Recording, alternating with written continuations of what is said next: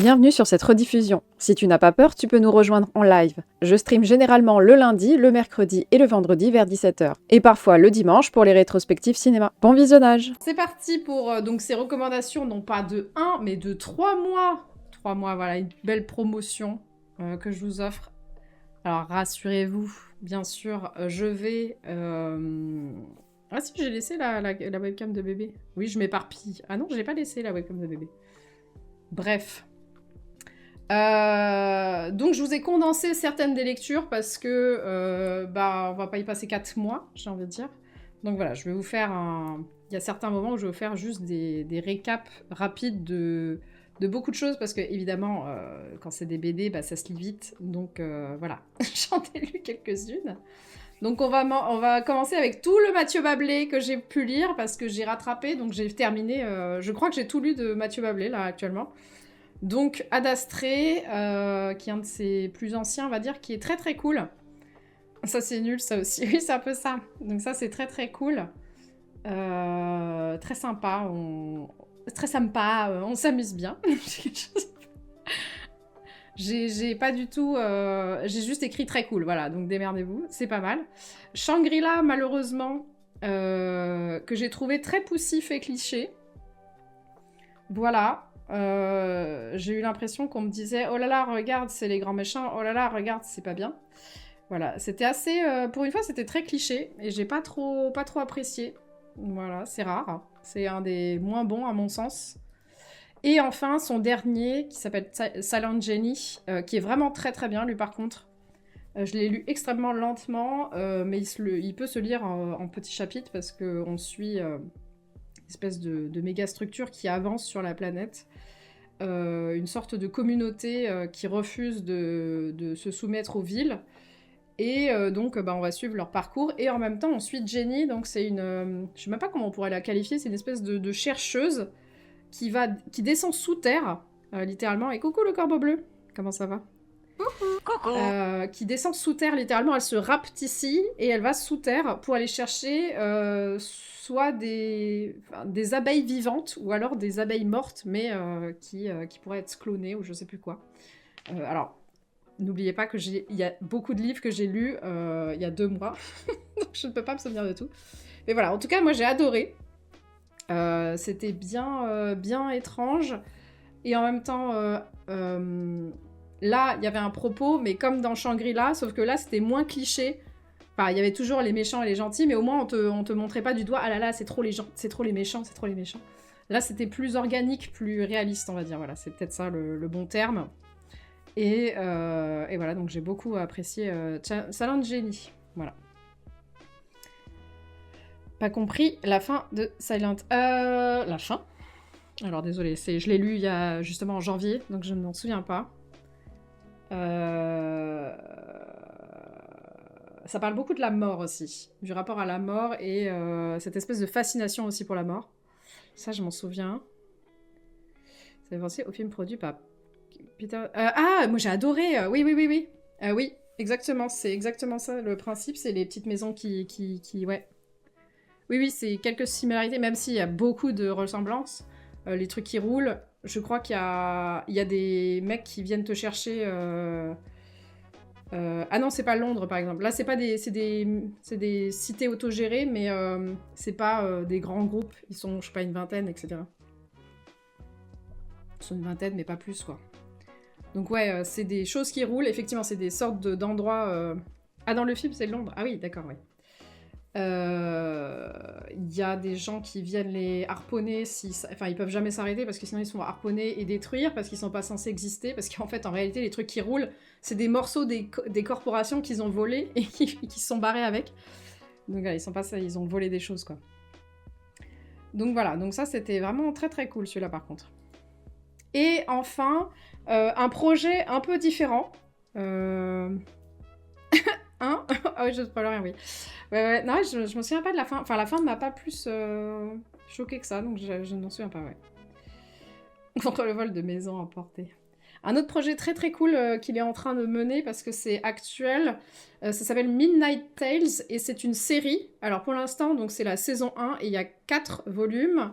Et en fait, le projet, c'est d'avoir une sorte de ligne directrice, c'est-à-dire qu'il faut parler de contes fantastiques, ésotériques, avec que des héroïnes qui s'appellent les Midnight Girls. Et donc, il y aurait des pouvoirs magiques. Et elles vont combattre des créatures ou aller dans d'autres mondes, etc. Et donc voilà, il faut respecter ces contraintes-là. Et ensuite, donc il y a 4 histoires par volume. Et comme vous pouvez le voir, il y a 4 personnes, 4 auteurs-autrices. Donc là, c'est ce qu'on montre, c'est souvent les illustratrices. Mais il y a aussi les scénaristes qui sont comptés dedans. Et voilà, donc il y a 4 histoires, 4 sortes d'illustrations, enfin de styles d'illustration. Et toutes les histoires sont très différentes les unes des autres. Et au bout d'un moment, on retrouve les mêmes personnages qu'on a retrouvés qu'on a vus dans d'autres histoires. Donc il y a quand même un fil conducteur qui commence à se créer, même si au départ, ça n'avait pas du tout l'air. Et dans le dernier des tomes, il y a une histoire vraiment vénère qui parle de toutes les agressions sexuelles et violences sexuelles qu'on peut rencontrer dans la vie. Je l'ai trouvé... toutes les autres histoires, elles sont vraiment très soft, mais celle-là, elle était hardcore. Donc voilà, je vous préviens pour le tome 4, c'est la première histoire, je crois. Voilà, attention à vous, ça parle de violences sexuelles. C'est assez vénère. Et il y aurait une autre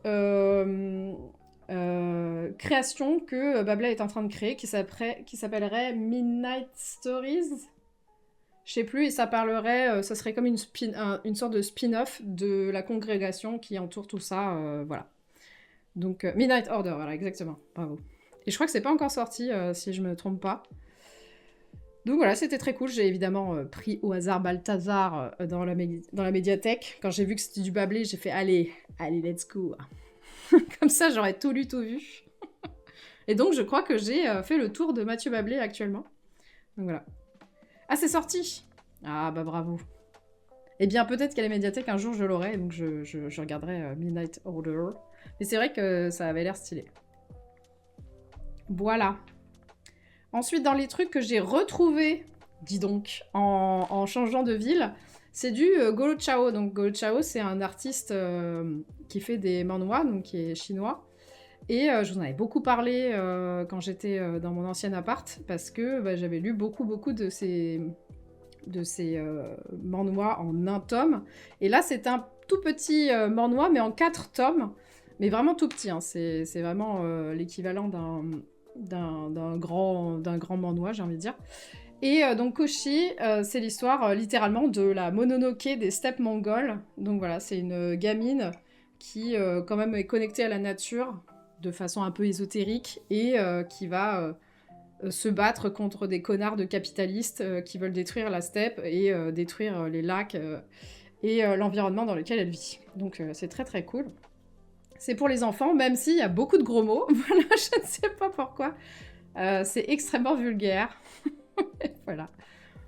Ensuite, il y a très longtemps, presque en décembre, voilà, j'ai lu un livre que Lys m'a passé qui s'appelle Les Amitiés fantômes. Alors celle-là, c'est pas trop recommandé. J'avoue que je me suis fait chier comme Jaja. Enfin, c'est plutôt que ces personnages sont over clichés, mais genre clichés as fuck.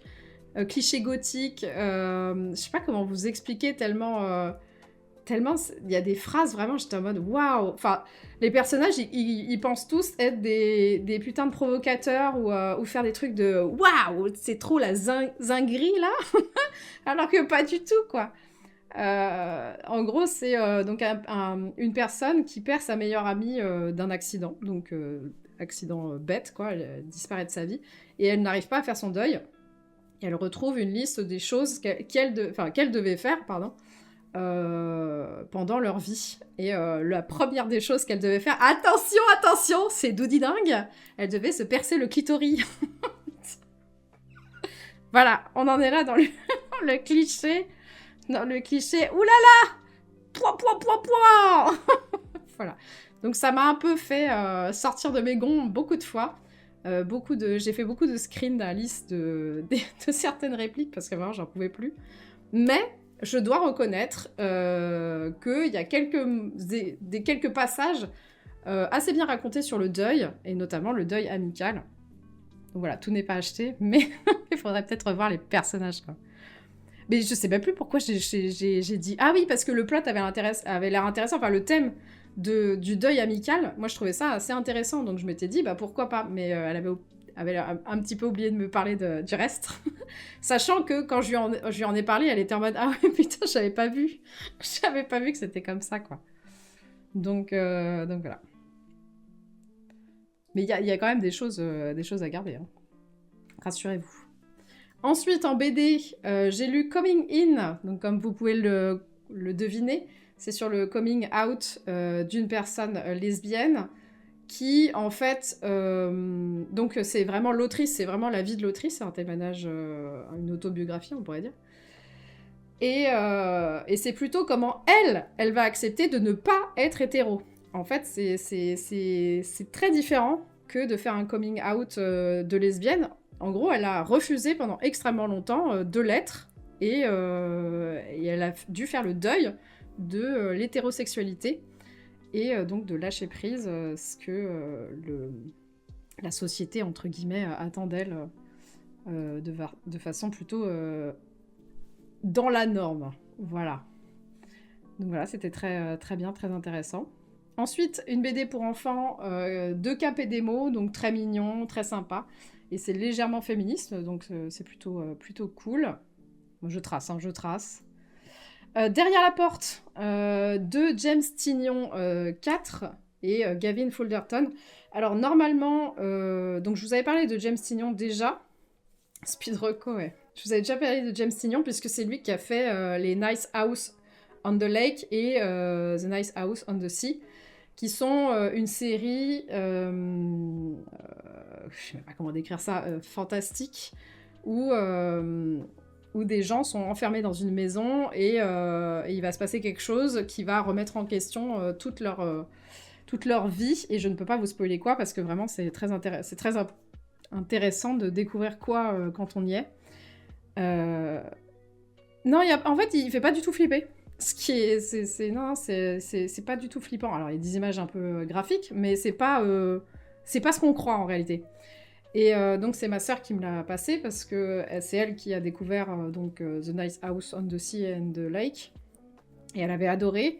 Et là, donc, il est à l'écriture, il n'est pas au dessin. C'est Gavin Fullerton qui dessine. Et donc, le thème, c'est sur le père défaillant et sur l'enfant qui va traîner ses cauchemars après lui. Voilà, donc c'est très intéressant pour comprendre comment les parents agissent inconsciemment sur leurs enfants. Mais il n'y a pas plus de trauma que ça, je vous rassure. Il n'y a quasiment aucun trigger warning, à part juste le daron qui pue la merde, quoi. Mais il n'y a pas de viol, il n'y a pas d'inceste, etc. Donc, moi, j'ai cru que c'était ça au début, et en fait, pas du tout. Et non, c'est très tranquille, en réalité. Avec le piercing de Clito, mais c'est parce que je l'ai extrêmement bien vendu, le piercing de Clito. Allez, on va passer sur les recos un peu plus fournis. Donc là, c'était vraiment le... Beneath the Trees Where Nobody Sees, sorti en 2023 de Patrick Horvath. Donc on suit l'ours Samantha Strong dans sa vie de tous les jours, dans une petite ville calme. Samantha n'est pas si tranquille, elle, puisqu'elle est en réalité une serial killeuse. Elle vit sa routine... Et sa petite routine, va être mise à mal par des meurtres sordides qui touchent sa ville. Évidemment, ce n'est pas elle qui a commis ces meurtres. Elle qui fait donc bien attention à ne jamais tuer chez elle, mais à la ville, pour n'éveiller aucun soupçon. Donc évidemment, ça va lui casser les bonbons qu'on vienne détruire ce qu'elle a mis en place depuis des années, quoi. Donc c'est un roman graphique, très graphique par moment, parce que les meurtres contrastent vachement beaucoup avec le choix de personnages anthropomorphiques et plutôt mignons. C'est exactement ça, c'est un Dexter animalier, exactement. Je l'ai lu donc il y a 3 mois, je m'en souviens pas beaucoup, à part que ça se lit vite et que j'ai deviné très vite qui était l'autre tueur. Mais je ne sais pas très bien quoi penser de tout ceci. Voilà. Je trouve qu'on est resté un petit peu dans j'ai l'impression que ce livre a 10 ans de retard. À l'époque, on réfléchissait pas trop beaucoup à ce que c'était qu'un serial killer et la fascination autour de lui. Et ça me permet donc de vous glisser une autre recommandation, qui est la dernière vidéo de Grégoire Simpson, qui s'intitule « Les serial killers sont-ils des génies ?» Voilà, 45 minutes pour déconstruire le mythe créé de toutes pièces pour vendre, parce qu'en réalité, les serial killers ne sont pas si géniaux que ça.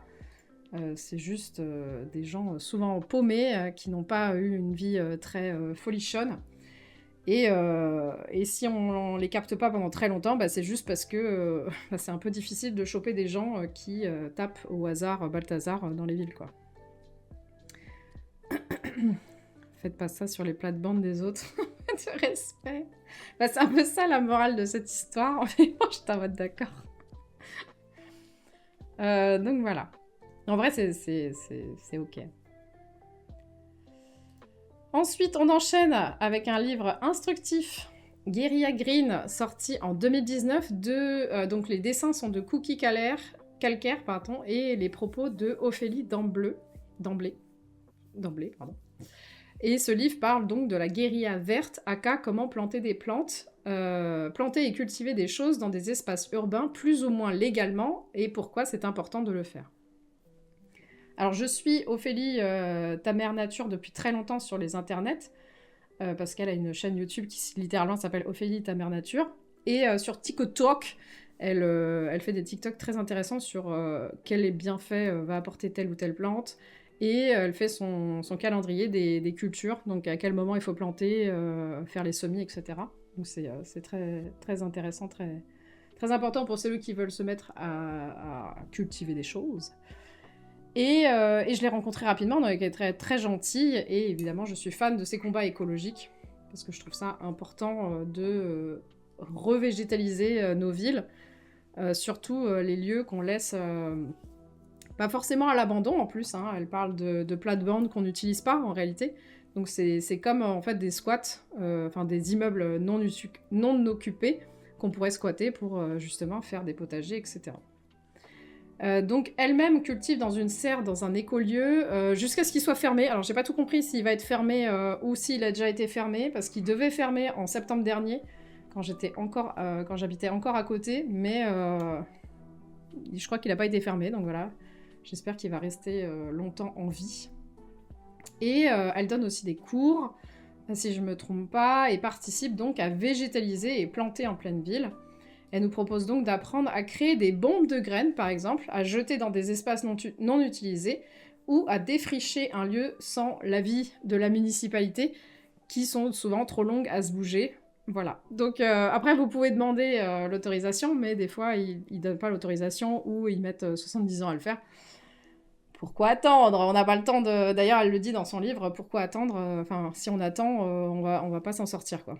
Donc elle encourage à planter des choses même près des voitures ou près des routes, parce que, au final, ça va quand même nettoyer la terre. Donc, n'ayez pas peur de planter des choses. Et, je sais plus quelle comparaison elle fait, mais il vaut mieux manger une tomate que vous avez fait pousser vous-même que de ne pas savoir où elle a été cultivée et comment elle a été cultivée. Donc voilà, de toute façon, tout est pollué, donc autant manger des trucs dont vous connaissez la provenance. Et en plus d'être drôle, c'est bien dessiné. Donc c'est un livre extrêmement instructif. Voilà.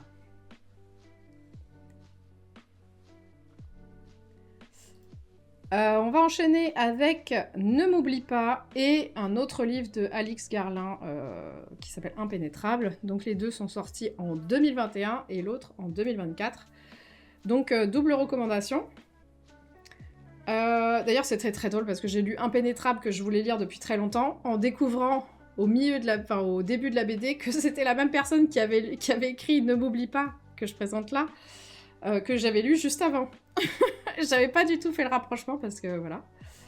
Donc Ne m'oublie pas parle de la fin de vie de sa grand-mère atteinte d'Alzheimer et donc d'elle-même qui... alors je sais pas si c'est une histoire vraie, mais ou si c'est romancé parce qu'elle aurait voulu faire ça. Mais en tout cas, dans cette histoire, c'est une grand-mère atteinte d'Alzheimer et sa petite fille qui vont faire un dernier road trip, normalement pas autorisé, parce que quand vous avez la maladie d'Alzheimer, vous pouvez avoir des crises délirantes ou vous enfuir et vous perdre. Donc c'est extrêmement dangereux en réalité de sortir les personnes de leur cadre, on va dire. Mais bon, des fois ça leur fait du bien. Donc c'est une BD très drôle, très juste et très bien écrite. J'ai pleuré pour le thème de la relation mère-fille, parce qu'on parle beaucoup de la relation entre la fille et sa mère, et ensuite de la mère et de la grand-mère. Voilà, donc c'est ce thème qui m'a beaucoup parlé, et un peu moins le thème de la maladie, même si je le trouve extrêmement bien écrit, très drôle, très logique aussi, et sûrement tiré de sa propre expérience. Donc voilà, c'est pour ça que ça a l'air si réel. Voilà. Et on enchaîne donc avec la BD suivante qui s'appelle Impénétrable, qui est aussi une BD autobiographique puisqu'elle va parler du problème physique puis mental de l'autrice à avoir des rapports sexuels et son long parcours à faire diagnostiquer et guérir de tout ça, entourée par son petit copain et d'une gynécologue formée pour ce genre de problématique. Donc même critique positive que le précédent, c'est très juste, très réaliste, très drôle. Je me suis reconnue dans des moments d'écrit très précis, voilà, qui n'ont pas de rapport avec... Enfin, qui ont un peu rapport avec ce qu'elle vit, parce que par exemple c'est la galère, parce qu'il y a plein de moments où en fait comme elle a mal, elle veut pas avoir de rapport sexuel, enfin elle a pas envie d'avoir des rapports sexuels, et c'est vrai que bah, ça, en tant qu'Ace, je comprends très bien ce que c'est de ressentir, d'avoir peu d'envie comparé à l'autre, même si moi mon problème ne vient pas d'une blessure ou de... parce qu'elle c'est une blessure en fait qui a créé ce trauma. Une petite blessure en réalité qui a dégénéré. Et voilà. Et dans d'autres moments qui n'ont pas rapport, entre guillemets, avec son envie, mais plus sur le romantisme, etc. Donc voilà, je trouve que c'est très très cool ce qu'elle écrit. C'est une artiste à suivre. Donc j'ai hâte de lire les prochaines BD.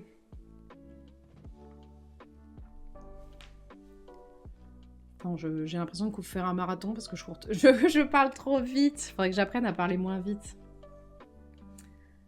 On va continuer avec des manhwa. Manhwa écrit par une autrice, donc une illustratrice chinoise, qui s'appelle Deep Vacation et Comet Club, donc respectivement sortis en 2023 et 2025, de Yi Yang.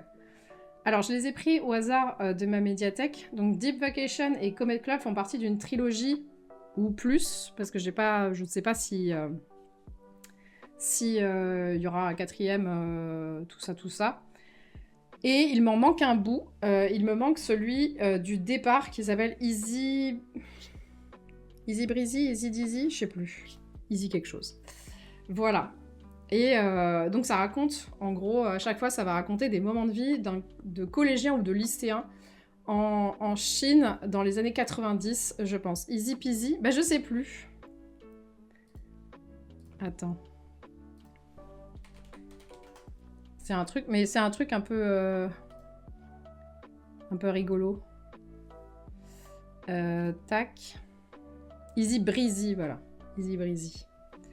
Et je crois que c'est les mêmes personnages à chaque fois, mais j'avoue que c'est tellement... C'est ce que je vais dire juste après, je pense.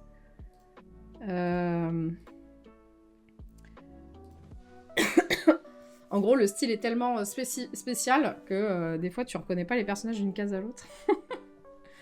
Donc ça se rapproche d'une autre reco que j'avais faite, À la rencontre de l'hiver, dont je vous avais parlé. Pareil, écrit et dessiné par des femmes. Par des styles graphiques très déstructurés. Et coloré, c'est-à-dire que vous avez des pages où vous avez des perspectives vers le bas, vers le haut, les personnages sont un peu mous comme ça, les objets sont pas très définis, etc. Donc c'est un peu le bazar. Certaines cases sont d'ailleurs assez bordéliques, elles deviennent d'ailleurs très dures à lire, mais au moins c'est dynamique. T'as l'impression de... ça enchaîne. Et les histoires sont assez étonnantes, parce qu'elles partent souvent d'un postulat fantastique, mais la réalité rattrape les ados. Donc voilà, c'est assez particulier en réalité. Je saurais même pas si je devais vous raconter des histoires... Enfin, les histoires en particulier, je sais pas si j'y arriverais très bien. Donc voilà, j'ai hâte de la suite, parce que... Enfin, de retrouver Easy Breezy, enfin le 3e, parce que je crois que c'est le premier de la série en plus. Parce qu'il y a vraiment, comme d'habitude, je ne fais rien dans l'ordre. Donc voilà, mais il n'y arrive jamais à la médiathèque, donc un jour peut-être je l'aurai. Voilà. Ah oui, alors ma médiathèque, par contre, les gens ne rendent pas leurs livres, ça me rend fada. Donnez les livres, bordel de merde. J'ai fait des réservations, ça fait 1 mois que j'attends, là. Oh, mon gros bébé. Oh là là là là. Allez, on enchaîne avec Je suis leur silence. Oula. Ah oui, ça, c'était la BD du... C'était la pochette, pardon, du Comet Club. Mâchonné, je eux. Voilà. Donc, Je suis leur silence, sorti en 2023 de Jordi Lafèvre. Eva Royas est une psychiatre pas banale, plus ado que l'archétype coincé du genre. Elle va se rendre à une sorte de cérémonie de lecture de testament pour l'une de ses patientes. Enfin, plutôt pour aider une de ses patientes, parce que c'est pas elle qui fait le testament, mais sa grand-mère. La famille de sa patiente est très très riche, et donc les magouilles de famille y vont de bon train, tellement qu'Eva va se retrouver être la principale suspecte du meurtre de l'un des oncles de sa patiente. Alors j'ai beaucoup aimé, l'ambiance est très cool, l'enquête est sympa, les dessins, notamment les expressions, sont très stylés. Je sais pas, j'ai l'impression de vachement ressentir les expressions. Je sais pas pourquoi ça m'a fait ça, alors que dans d'autres BD aussi, voilà. Ah oui, t'as bien aimé? Ouais, bah en vrai, c'est assez cool. Voilà. Alors, par contre, il y a un seul hic, ouais, c'est que je ne sais pas classer certaines cases dans hypersexualisation ou émancipation du corps de la femme. J'avoue que comme l'auteur étant un homme, je me suis demandé à plusieurs reprises... Alors au début, je savais pas si c'était un homme ou pas. J'ai pas voulu voilà, assumer de son genre. Mais j'étais quand même assez gênée par certaines cases. Donc voilà, je ne sais pas. Mais en tout cas, ça fait un peu voyeur qui se fait zizir, parce qu'il y a des traits qu'on pouvait ne pas mettre, et c'était très bien aussi. Notamment sur les seins, voilà. Parfois, ça penchait quand même vers le style gros beauf des BD belges des années 80-90. Voilà, c'est pas... Bon, il y a meilleur comme façon de se faire traiter, son style de BD, mais... Donc voilà, c'est la seule critique que je pourrais faire, parce que sinon, c'était vraiment très cool, très sympa. Les interactions entre les personnages sont marrantes, c'est bien écrit, c'est bien rythmé, on s'ennuie pas, on a envie de savoir la suite, etc. Vraiment, c'était très cool. Donc voilà, et j'aimerais bien en vrai revoir les héroïnes dans d'autres affaires. Ah, il y a un tome 2, bah voilà, super. Super, j'étais en mode, j'aimerais bien qu'il y ait un tome 2. Alors attends, fais voir. Est-ce qu'il a arrêté de mettre des énormes tétons à ses personnages ou pas? Ah, c'est de lui! Putain, je voulais le voir, je voulais le lire en plus. Un ange dans la nuit, je l'ai vu dans mon ancienne bibliothèque. Et je me suis dit, oh là là, ça a l'air trop bien. Incroyable. Comme quoi. Oui, mon baby. Je suis un ange perdu, oui, voilà. Ah bah, trop bien. Bah, j'aimerais bien qu'il l'ait... Faudrait que je vois s'ils l'ont dans ma médiathèque. Et bah, nice. Voilà. Et comme quoi, j'ai l'impression que tout est lié dans ce que je lis. C'est très drôle. J'ai eu qu'un mot de juste, c'est pas mal. C'est pas mal. Enfin, mais t'as vu, j'ai reconnu. J'ai reconnu. Donc c'était pas si loin, en vrai. Et tout de suite, on change presque de style, mais pas... voilà. Peur de vivre, mais flemme de mourir, sorti en 2025 de Salomé Laoche. Donc ce livre est une compilation des BD Insta de l'autrice et peut-être des bonus en réalité, je pense qu'il y a beaucoup de bonus. Voilà, donc c'est une illustratrice très brute de décoffrage qui n'hésite pas à parler de son adolescence d'alcoolique avec beaucoup d'humour et de dérision, y compris maintenant quand elle se fait chier à pas boire d'alcool. Engagée politiquement à gauche, on le ressent dans certaines répliques, elle s'en cache pas d'ailleurs. Donc voilà, vous pouvez la suivre sur Instagram si jamais ça vous dit et que le style humour vous plaît. En tout cas, moi j'ai beaucoup apprécié et je vais voir s'il n'y en a pas d'autres dans ma médiathèque. Parce que je sais qu'elle a fait une autre BD avant celle-là et une autre après. Anconi, je sais plus comment s'appelle le titre de la suivante. Mais voilà. Donc c'était très cool. Et on passe à ma recommandation du cœur. Et littéralement le livre qui est entré dans mon panthéon en à peine quelques lignes. Vraiment, je voulais vous mettre l'autre couverture, mais j'avais pas trouvé l'image qui serait bien. Après, celle-là, elle est très hypnotique. Hein. Voilà, donc La maison dans laquelle, sortie en 2019 de Mariam Petrosian. Vraiment, quel banger. Regardez, vous pouvez même caler les meubles avec. C'est trop, trop bien. La maison dans laquelle raconte la vie de pensionnaires de la maison, un centre pour jeunes handicapés. On va donc suivre plusieurs époques et plusieurs points de vue sur ces années passées enfermés ensemble, avec leurs différences et leurs caractères bien trempés, leurs croyances et les mystères que renferme la maison. J'ai choisi de lire ce livre tout à fait par hasard. Le titre m'a attiré dans la liste qu'a créée Mara Vega sur Blue Sky, qui recense les œuvres étranges. Je vous mets le Blue Sky, comme ça, si ça vous intéresse et que vous voulez découvrir des œuvres, voilà, vous avez tout ce qu'il vous faut pour découvrir des choses. Et quelle claque, vraiment, vraiment incroyable, quoi. Dès les premières pages, j'ai été aspirée par le livre et son ambiance, et je l'ai lu en 2 mois et demi. Et en fait, je lissais très lentement pour rester dans la maison, en fait, littéralement. Donc c'est un livre énorme, mais ça se lit tellement bien, c'est fluide, et les mystères ambiance donnent envie d'en savoir plus. J'ai lu ça donc hyper lentement pour prolonger mon plaisir, et après 2 mois et demi, j'étais triste que ça termine. Vraiment, les derniers chapitres, j'étais en mode non. Et entre... Enfin, je le lis, donc je lis principalement le soir, et toute la journée, des fois, j'y repensais en mode... Et des fois, j'y repense, je me dis, oh là là, que devient l'aveugle? Ou qu'en pense Sphinx, par exemple. Donc l'un des points forts est que les personnages principaux sont tous donc handicapés d'une façon ou d'une autre, et jamais ça ne pose de questions ou problèmes, à tel point qu'il y a des... Enfin, j'ai mis longtemps à capter que les personnages, en fait, avaient des handicaps. À part l'aveugle qui a vraiment son handicap dans son nom, les autres, tu oublies très très vite qu'elles vivent avec des handicaps, notamment ce qu'on appelle les roulants dans le livre, c'est-à-dire ceux qui sont obligés d'être en fauteuil roulant. Et ils vivent avec comme des adolescents normaux, enfin aussi normaux qu'il est possible de l'être dans la maison, parce que tous les personnages ont quelque chose de bizarre, quoi. Enfin, quasi tous. Ils ont tous quelque chose d'étonnant, d'étrange, et toute la maison est régie par la bizarrerie, en fait. Et d'ailleurs, ce qui est très très bien fait, c'est qu'un des personnages qu'on suit semble un petit peu écarté de tout ça, et donc il donne une sorte de regard, comment on dit, éloigné de la maison, et lui-même fait la critique de la maison en se moquant de ce qui se passe à l'intérieur, et il veut pas y adhérer, et en fait c'est notre point d'ancrage à l'extérieur, enfin on peut dire à l'extérieur de la maison, tout en ayant d'autres personnages qui sont eux intégralement incorporés dans la maison et qui vivent la maison comme une symbiose.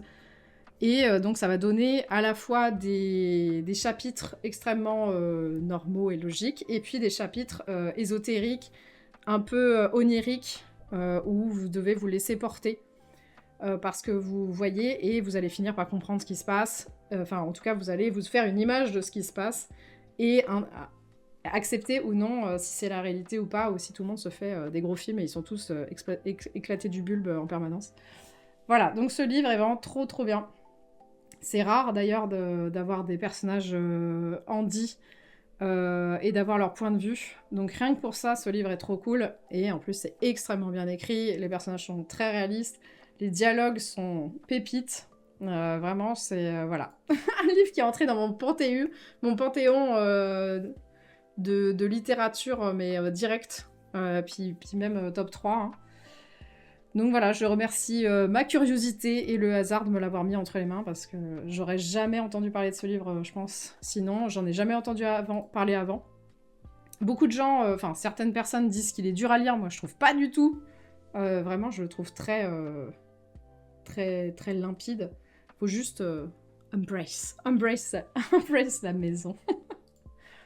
Donc voilà, très très cool, je vous le recommande vivement si vous n'avez pas peur de lire. parce que effectivement, 1000 pages, ça peut faire peur. Mais je vous assure que ça se lit très vite. Et au pire, vous dites pas que ça fait 1000 pages, vous dites juste un chapitre après l'autre. Comme un pied devant l'autre quand il faut avancer, quoi. Voilà. Donc je suppose que personne n'a lu ce livre. Un jour, je trouverai quelqu'un. Je l'ai... Et coucou Jihad, comment ça va? Coucou. Non. Je l'ai offert à Alice pour son anniversaire. J'ai juste qu'une hâte, c'est qu'elle le lise. Pitié, lis-le. Je veux quelqu'un avec qui parler. C'est la fête. C'est la fête. Donc voilà. Donc là, j'en ai terminé avec les lectures. Bravo, je vais pouvoir me reposer un peu. Car nous allons entamer les séries. Et j'ai vu 4 séries, dis donc. 4 mois, bravo le veau. Mais il y en a une, en fait, je crois que j'ai oublié de vous en parler en décembre. Donc c'est pour ça. Allez, je vous emmène vers la première série.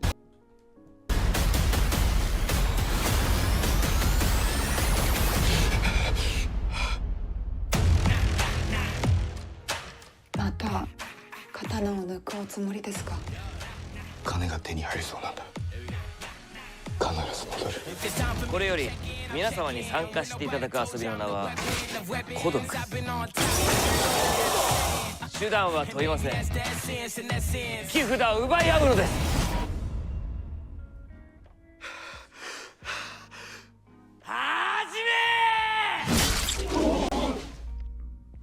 1点目。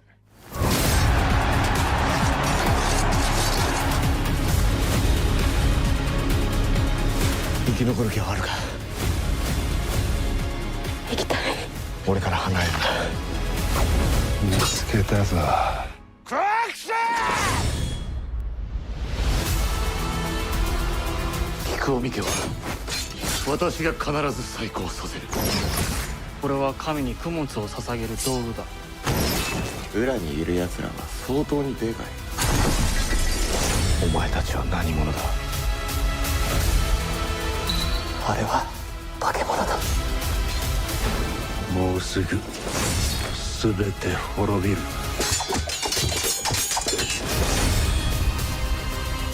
やめ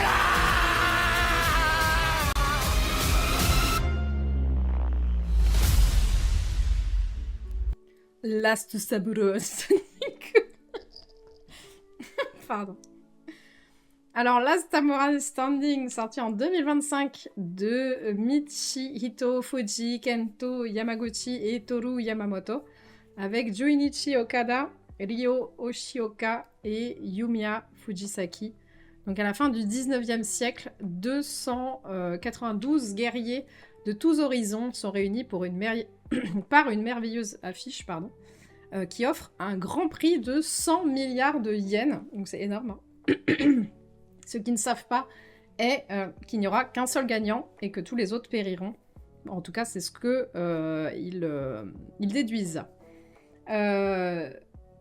Shujiro Saga, ancien Bushi, participe dans l'espoir de gagner cet argent et de sauver sa femme et sa fille d'une maladie mortelle. J'ai oublié de quelle maladie il s'agissait. C'est une maladie assez connue, mais voilà. C'est peut-être pas la dysenterie, mais pas loin. Un truc où tu bégères tout le temps et tu finis par mourir. Alors, c'est l'enfant maudit de Hunger Games et d'un film de KPDP japonais. Quand mon beauf m'en a parlé en décembre, j'étais pas convaincue du tout.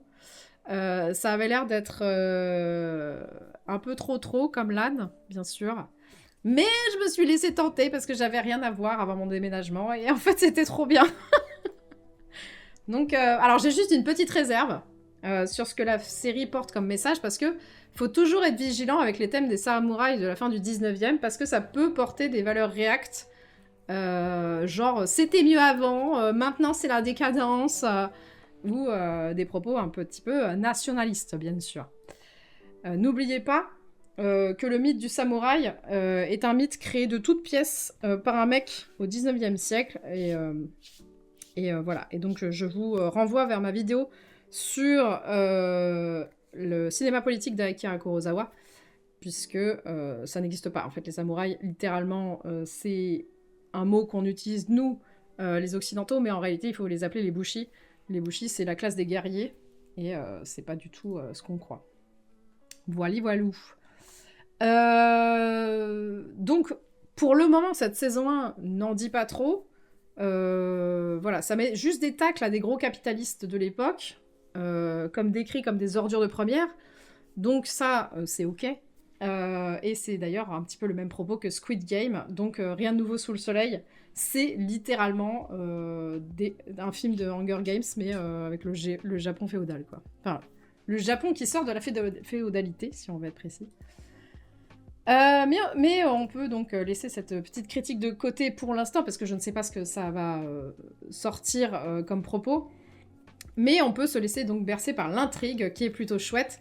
Il y a plein de personnages ambigus, d'autres clichés, dont le héros qui est un Dark Sasuke au grand cœur.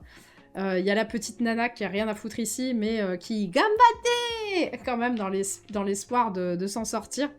Et il y a l'espion chelou, qui est vraiment mon préféré, parce qu'il est vraiment très très très très ambigu. Et on sait pas trop où il va, ce personnage. Autre point cool, vous l'avez peut-être vu dans la bande-annonce, ce sont les combats. C'est qui le flippant? Moi, je ne sais pas, j'ai pas vu... Le cheveu long, c'est celui qui ressemble le plus à une espèce de Golgoth, le berserker, là. Donc, c'est les combats. Ils sont assez cool à regarder. Moi, qui suis pas très fan de combats, tout ça, là, ils sont très bien chorégraphiés, c'est assez cool. Et on sent une volonté de faire plaisir à tous les fans d'Akira Kurosawa, donc voilà. Ça se sent que c'est travaillé. Bref, que 6 épisodes pour le moment, mais ça va à l'essentiel, on n'a pas le temps. Donc vivement la saison 2 pour en savoir plus. C'est qui le flippant? Alors je sais même plus comment il s'appelle, parce que je l'ai vu en décembre. Mais oui, c'est l'archétype du Golgoth, hein, littéralement. C'est celui qui a... T'as l'impression qu'il a pas trop de cerveau et qu'il est juste là pour castagner des gens, quoi. Voilà. Donc personne n'a vu cette série. Personne n'est passé... Parce que cette série est sur des trucs Lego, hein, rassurez-vous. Beaucoup de séries sont sur des trucs Lego. Il y a un perso, Dark Sasuke, dans le TS, c'est le cas. Eh bah oui, c'est le personnage principal. Lui aussi va à l'essentiel comme la série. Ouais. Après, il y a un autre Dark Sasuke. Et par contre, lui, ce qui lui arrive, c'est assez drôle. C'est inattendu, j'ai envie de dire même. Franchement, il y a des petites... En vrai, il y a des petits anti-clichés des fois. Il y a des petits moments de narration où t'es en mode « Ah, c'est différent de d'habitude, ça !» Donc c'est assez cool. Parce que littéralement, vous voyez un manga en shonen... Enfin, un shonen manga, là, tout de suite... tout de suite devant vos yeux ébahis. Bibi. Voilà. Donc personne n'a vu cette série. On enchaîne avec la suivante. Peut-être que des gens l'auront vue. C'est assez probable, en réalité.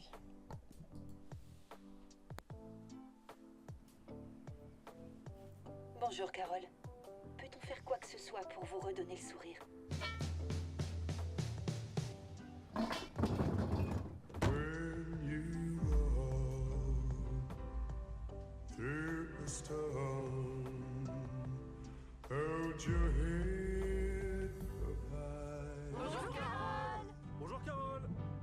Tout ce qu'on veut, c'est votre bonheur. J'ai juste une question. Bien sûr, que voulez-vous savoir? Comment j'annule tout ça?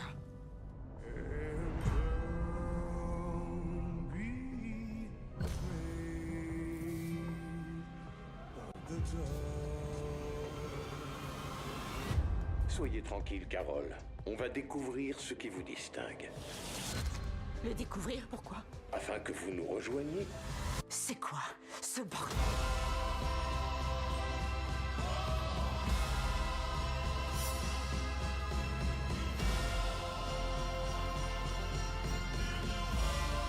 On déplacerait des montagnes pour votre bonheur.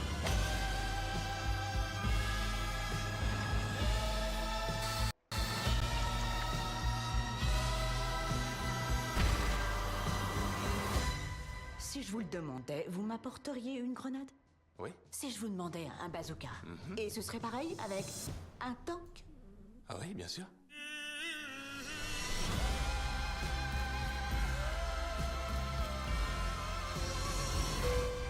Ah, pardon.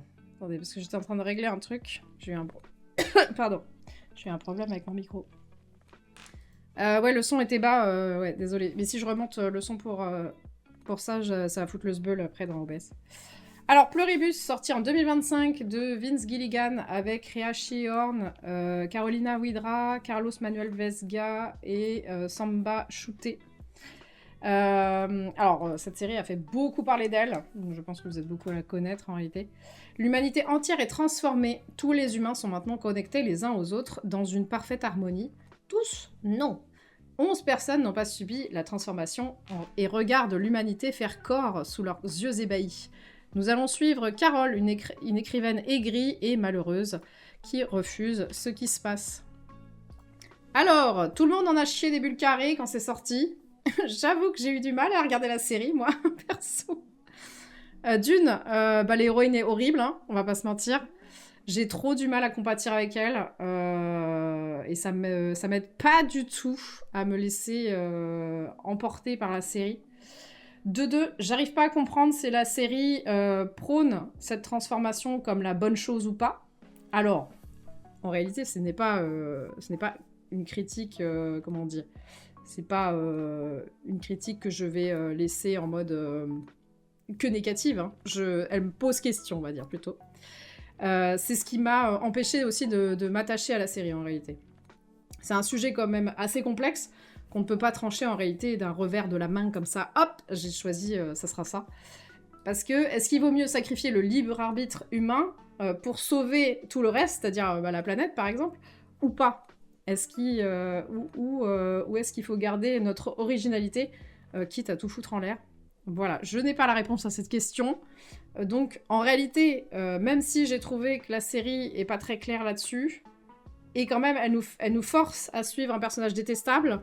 Vraiment, je la déteste. Enfin, c'est pas que je la déteste, c'est que je ne l'aime pas. Ce personnage est vraiment horrible. J'ai du mal à lier les deux, en fait, à comprendre ce qu'il faut comprendre. Et de 3, je ne comprends pas où ça va. Littéralement, il n'y a pas de... Enfin, il y a un but dans la série, mais c'est tellement bizarre de voir où ça va aller que j'ai du mal à me projeter. Et donc, à attendre la suite ou pas.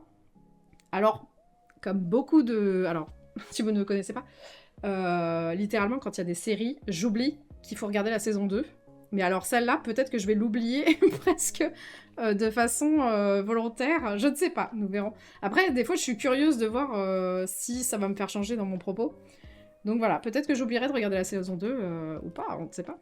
Donc voilà, j'ai un avis assez... Enfin, beaucoup moins dithyrambique que les autres, même si je reconnais à la série d'être chouette sur plusieurs aspects, notamment la lenteur choisie. Ça, par contre, c'est assez étonnant.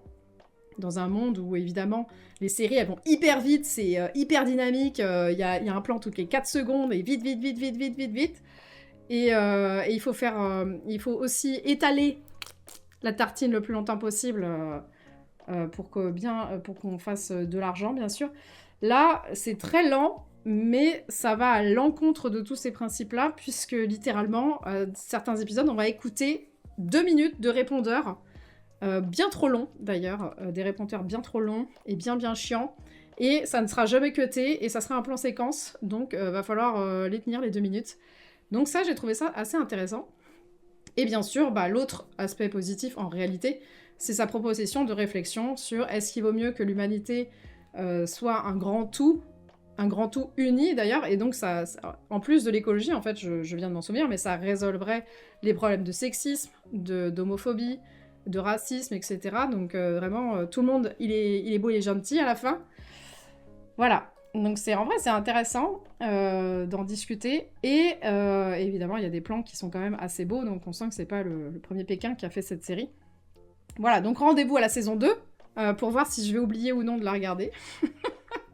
et puis on pourra savoir où est-ce que ça va. Mais c'est quand même fou d'avoir quand même une série qui te propose de suivre 2 personnages exécrables. Hein. Ça me fait trop rire en vrai. Est-ce que vous avez vu cette série où vous avez laissé passer la hype? Moi, je l'ai regardée très longtemps, enfin très longtemps, quelques mois après la hype, donc voilà. Oh, égal, comment ça va? Coucou. Ah, tu l'as aimé? Ah oui, d'accord. Je suis à tout l'inverse, c'est terrible. Que j'avais oublié que c'était sorti. Oui, c'est vrai, oui, moi aussi j'avais oublié, puis après je me suis rappelé que je l'avais vu quand Quand t'allais sur la page Google, ta maman d'eau, ah ok, il n'y a plus Carole. Putain, c'est énorme. Oh, elle est où? Donc ok, bah voilà. Mais moi, j'avoue que c'est... J'arrive pas à accrocher à Pluribus. Et pourtant, j'étais emballée. Le premier épisode était, je le trouvais très cool. Parce que c'est... Effectivement, il met en place déjà sa lenteur, parce qu'on voit quand même des... Je sais pas si on peut les appeler les aliens ou pas. Non, c'est... Ah oui, non, c'est une mutation. Les mecs mutés qui, pendant des plombes, font leur petit chlouic, chlouic, chlouk, chlouk, chlac, chlouk. Je crois que c'est dans le premier épisode, ça. Ou peut-être pas. Ah, je sais plus. Je l'ai vu en janvier, donc je m'en souviens plus trop. Mais voilà, donc j'ai du mal. Mais bon, c'est mon problème de... Si j'empathie pas avec le personnage principal, voilà. Je peux empathier. Je suis comme les gamers. si je n'incarne pas un homme, je ne peux pas me projeter. Là, on incarne une femme, c'est pas possible. Mais même l'autre, et là tu te dis, mais même l'autre, il est insupportable. Putain, la tristitude. Eh bien, on va enchaîner avec une série que j'ai aimée. Youpi! Et celle-là, elle est connue et tout, des gens l'ont vue, et elle est bien. Fou. I was squire to Sir Erlen of Pennytree since I was a boy. They charged me to be a good knight, to defend the weak and the innocent, and I swore that I would. Are you Baelor Targaryen? No. Then would you move the fuck out of the way? Yeah, sorry. What's your name? Sir Duncan the Tall. Never heard of him. Do you know every knight in the Seven Kingdoms, then? The good ones. If you could bring me to Ashford, I could swipe you, sir. Rob me, and I'll hunt you down with dogs. You don't have dogs! I'll get some. Where? Oh! Boy, stop gaping. See to my horse. I'm not a stable boy, my lord. Not clever enough. I know I'm just a hedge knight, but sometimes I think there could be more.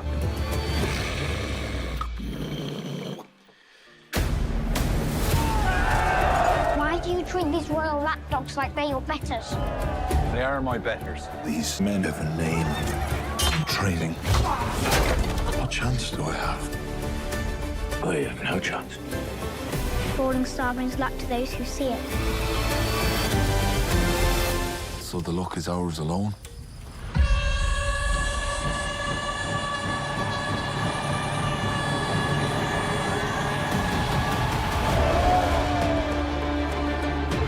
I need to fight honorably. But sometimes I think I buried my courage alongside the old man. And in every man, there are many men.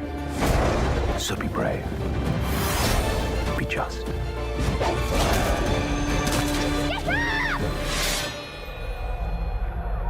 Be tall.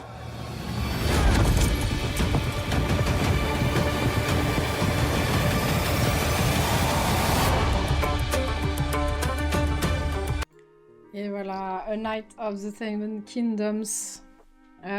Sorti en 2026 de Ira Parker avec Tamsin Crawford, Peter Clofey et Dexter Sol Hansel. Alors donc, ou bien Sir Duncan le Grand, décide de prouver sa valeur à un tournoi local. Il y rencontre Huff. J'ai traduit. Un jeune garçon chauve qui deviendra son écuyer. Dunk n'est pas très doué et n'est pas réellement un chevalier, mais son courage et ses valeurs le pousseront à rencontrer les grands de ce monde, aka les Targaryen. Alors, moi qui ai arrêté littéralement Game of Thrones début saison 2 parce que je me faisais yesh et que j'ai pas du tout maté House of Dragon parce que vraiment ça m'en touche une sans faire bouger l'autre, j'ai été agréablement surprise par cette série. Alors, il y a techniquement pas besoin de connaître le lore de Goth, puisque tout est distillé au fil des épisodes pour qu'on ne soit pas perdu, pour apprécier l'intrigue et surtout les personnages. Et ce que j'ai vraiment, vraiment adoré, c'est les personnages et l'écriture. Parce que vraiment là, rien que... En fait, c'est incroyable parce que j'ai donc pas vu la bande-annonce.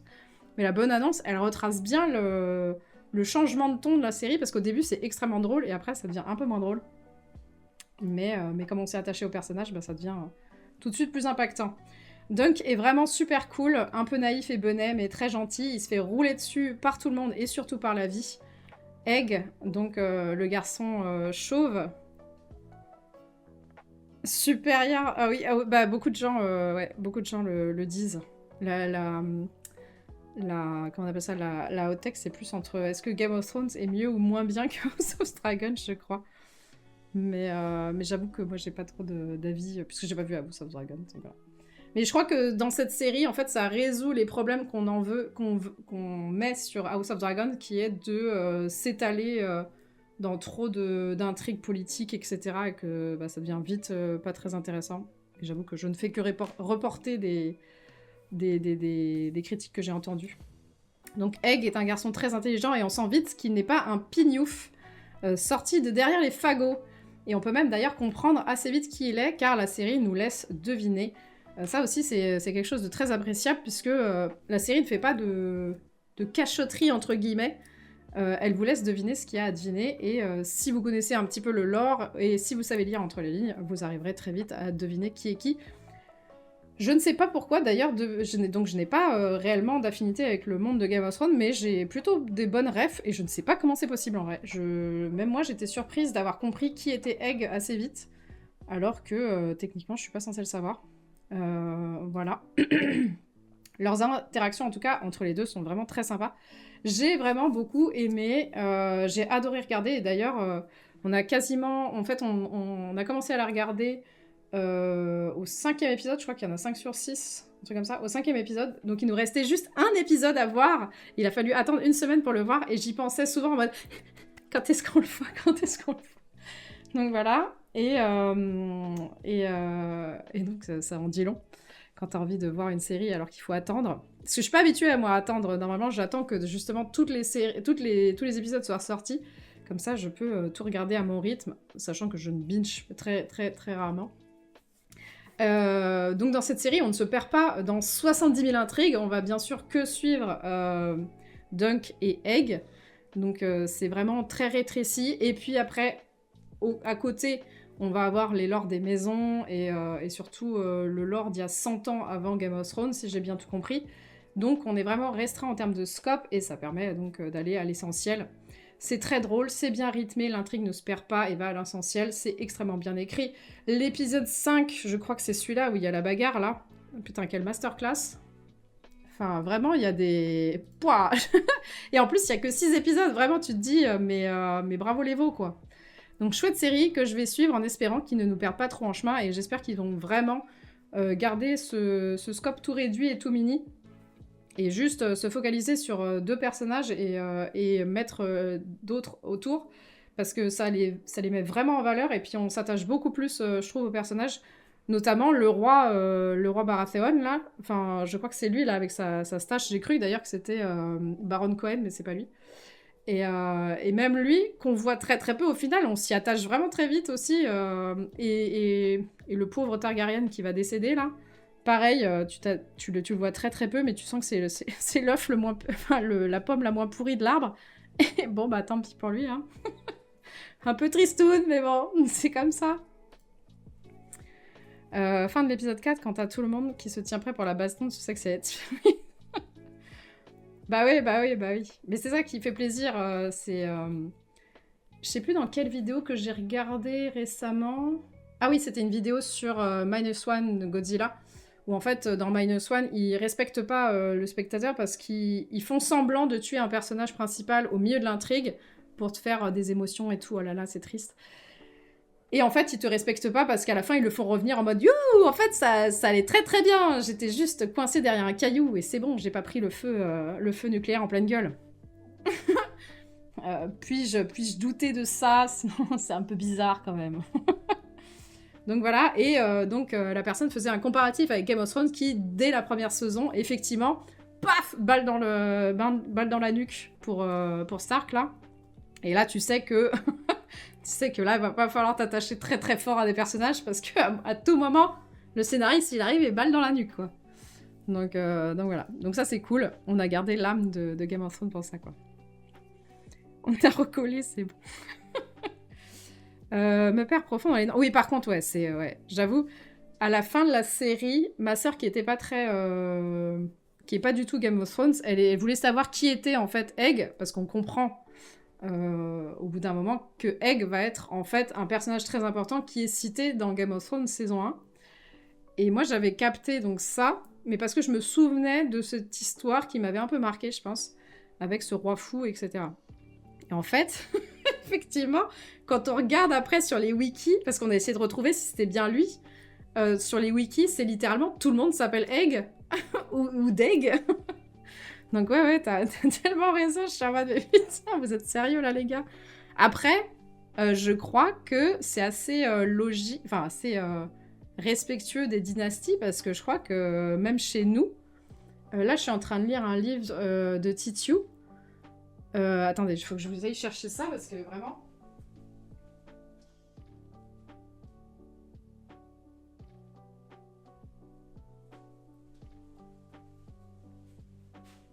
Donc on en parlera le mois prochain, des grandes oubliées, parce que ça se lit vite.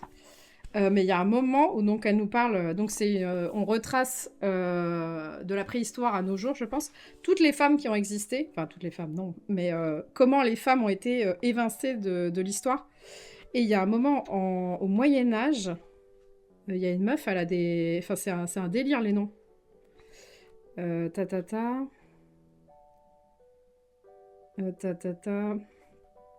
Est-ce que je vais les retrouver? Voilà, donc il y a Frénégonde, Chilpéric, Brunehaut, Clotaire, Et je crois qu'il y avait des noms vraiment très proches. J'étais en mode, waouh, secours. Ingonde, Clodowins, Childebert qui est lié à Chilpéric, bien sûr, parce que bon, voilà. Gontran qui sort de nulle part. Voilà. Suavgoth, Oltrogoth, Ingonde, Radégonde, Déoteria, Vultrad, Mérofled, c'est que des prénoms. Hein. Frénégonde, Ragnétrude, Wulfegonde, Brunehaut et Brunhilde, qui sont en fait la meilleure personne. Au secours. Au secours, j'ai envie de dire. Mais bon, c'est comme nous maintenant, où on a Jean, Jeannette, Jeannot, etc. quoi. J'avais été chercher qui était Egg parce que j'avais des doutes, mais impossible de retenir tous les noms. Oui, c'est ça. Mais après, est-ce que on ne citerait pas notre cher ami Tolkien, là? Avec tous ces noms à la mort moelle aussi. Les Pégus étaient pas foutus de nommer leurs enfants autrement que dans une liste de 10 prénoms. Bah ouais. En plus, les noms germains du Moyen-Âge, oui, c'est ça. En plus, ils sont bien, ouais. Donc voilà. Hâte de la suite. Franchement, s'il y a un an, on m'avait dit « Oh là là, tu vas aimer une série goth », j'aurais été en mode « Lol ». Moi, demande à mes potes si j'aime Game of Thrones, quoi. Donc voilà. Et on va pouvoir enchaîner avec une autre série, pas du tout du même genre, mais que j'ai adoré, que je viens juste de terminer. Vraiment un banger. Ça va faire du bien une nouvelle psychiatre. Ah ouais, pourquoi? Parce que l'LD, c'est un peu l'unité fourre-tout. Non, mais un endroit comme ça, c'est un peu la poubelle de la société, non? C'est des cas psychiatriques souvent désespérés. Ça me ressemble, moi aussi je suis un cas désespéré. C'est moi qui vais vous accompagner dans vos déplacements. Mais je peux très bien me déplacer toute seule. Non. Je vous souhaite une bonne journée. Pas moi! Moi j'ai pas beaucoup d'amis. En fait, j'en ai pas du tout. C'est à moi maintenant. Déjà, oh là là, je suis pas habituée aux bandes-annonces qui durent 15 secondes, là. C'est un patch, exactement. Ouais, les larmes. Putain, qu'est-ce que j'ai chialé à l'épisode 4, là. Après, il y avait 2 sujets, j'étais en mode... ça prend ça, allez, hop. Alors, Empathie sortir en 2025 de Florence Lompré, avec Florence Lompré, Thomas Njijol et Adrien Bléton. Donc, Suzanne Bien-Aimée est une psychiatre qui arrive dans son nouveau service, un centre pour personnes violentes jugées inaptes par la justice pour être emprisonnées, car souvent atteintes de troubles psy ou en attente de jugement. Suzanne, malheureuse, vit seule, et va apprendre à revivre après un drame qui la touche de très près, aux côtés de Mortimer, un interne dont elle fait la connaissance là-bas. J'aime bien que le fait se permette de caler des flashbacks quand on a envie que ça avance. Oui, c'est vrai. Florence Lompré, oh. Ah oui, j'ai oublié de parler du trigger warning énorme bistouflette à l'épisode 2 dans A Night. Au secours. Celle-là, elle était tellement gratos. Vraiment. Avec mon beauf et ma soeur, on a fait tous... Wow. Qu'est-ce qui se passe? J'ai dit, ça va démarrer, là. On repart en arrière. Allez, c'est parti, on est reparti. Alors, c'est une série qui m'a été chaudement recommandée et que j'ai terminée donc dimanche. C'était vraiment trop bien. J'ai beaucoup pleuré. Il y a des épisodes bien chargés comme il faut au niveau thème pas rigolo. Mais j'ai aussi beaucoup ri et évidemment beaucoup d'empathie pour les personnages. La série porte bien donc son titre. C'est très bien écrit. Beaucoup de dialogue et de franc-parler. Des situations qui se résolvent par le dialogue et non la violence. Des personnages souvent bienveillants les uns envers les autres. À commencer par Mortimer qui est très dans l'écoute. En plus, je trouve que... J'ai rarement vu Thomas Indignol au cinéma. Franchement, il est incroyable. Je le trouve trop stylé. Les histoires de patients sont aussi vraiment très cool. L'histoire de Jacques notamment, qu'il a pu développer dans cette série, est vraiment très touchante malgré ce qu'il a fait. On sent que l'autrice s'est renseignée pour écrire, parce que les diagnostics et surtout les méthodes pour aider sont la plupart du temps non violentes et toujours faites pour que les patients aillent mieux. Notamment Jacques qui était en fait sous sédatif fort. Et il comprenait plus rien où il était, il avait aucun souvenir, c'était quasiment un légume sur pattes. Et elle le délivre de cette camisole chimique pour le traiter, quoi. Au lieu de juste l'enfermer dans des médocs. Donc voilà, toute la partie psy est vraiment cool aussi. Donc vive la saison 2, là, on enchaîne. Voilà. Au moment où tu te dis... Non, ça j'ai déjà lu. C'était... J'avoue que c'était... C'est pour amarrer les bateaux. C'est si sale. C'est terrible. Ah tiens, j'ai oublié de vous mettre les affiches des films que je vais... qu'on va skip. Voilà. Donc, est-ce que quelqu'un a vu cette série? Qu'en avez-vous pensé? À moins que j'aille vous chercher les affiches tout de suite très vite. Mais bon, ça va être un peu... le sbeul. On va faire ça. Non. Eh bien, regarde là. Non, je rigole. Non, en vrai, c'est vraiment très cool. Il y a 8 épisodes, je crois. Moi, j'en ai vu. On m'en a parlé et ensuite, je l'ai vu passer parce que mon beauf et ma sœur ont tous les trucs... ont Canal+ et Netflix. Comme c'est écrit là, en énorme. Canal+. Voilà. En ce moment... Oui, en vrai, moi aussi, je suis épatée d'avoir regardé une série française. Après, l'accent québécois, ça aide. Maintenant, j'ai envie de dire c'est correct. C'est terrible. J'ai envie de dire c'est correct à toutes les sauces. C'est tellement rigolo. C'est tellement sympa de dire c'est correct. Alors, correct. Correct. On va remettre ça. Voilà. Alors, donc là, on va passer sur la section des films. On va enchaîner. Je vais donc, comme au début pour la littérature, comme j'ai vu quand même pas mal de films, on va écraser ceux où j'ai pas vraiment de choses à dire. Donc ma sœur m'a fait... Tu repars, c'est ça? À plus égal, merci d'être passé. Donc ma sœur m'a fait découvrir Magnolia. Donc c'est un film ancien. Au revoir. Qui est l'un de ses films préférés. Eh bien, à plus. À la semaine prochaine. Thank you. L'un de ses films préférés. Alors c'était sympa, mais j'ai pas du tout été touchée comme elle. Big up quand même à la pluie de grenouilles. Voilà, c'est tout ce que je peux vous dire. Sinon, j'ai vu Substitution, un film d'horreur où il y a deux gamins qui vont aller chez une... comment on appelle ça? Qui vont être mis dans une famille d'accueil, voilà, où c'est une seule meuf qui va s'occuper d'eux. Voilà, évidemment, il se passera des trucs chelous. C'était bof. Voilà, j'ai pas trop kiffé. C'était pas très intéressant. Big up au gamin qui a littéralement mangé une table. Voilà.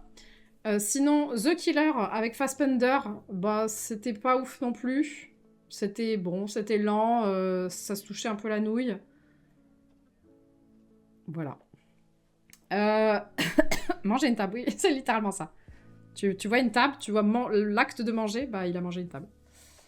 Ensuite, j'ai vu Wake Up Dead Man de Ryan Johnson. Ça, c'était trop bien. J'ai adoré. Très belle réflexion sur l'Amérique de Trump, ou au moins le climat qu'il a instauré, mais aussi un discours modéré sur la religion et la croyance. Vraiment très très stylé. Et j'ai aussi vu récemment L'accident de piano de Dupieux et je me suis grave ennuyée devant. Voilà, on enchaîne. Je me suis fait chier. On enchaîne avec un film qui est cool. Allez, salut. À te retrouver, Tu es défectueuse. je me sens bien. Tu n'es pas conçue pour ressentir quoi que ce soit.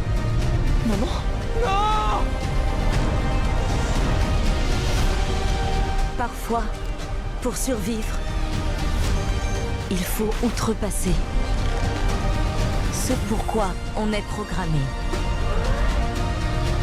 Je vous protégerai tous. Tu as reçu l'ordre de rentrer chez toi. Je suis déjà chez moi. Je suis un robot sauvage.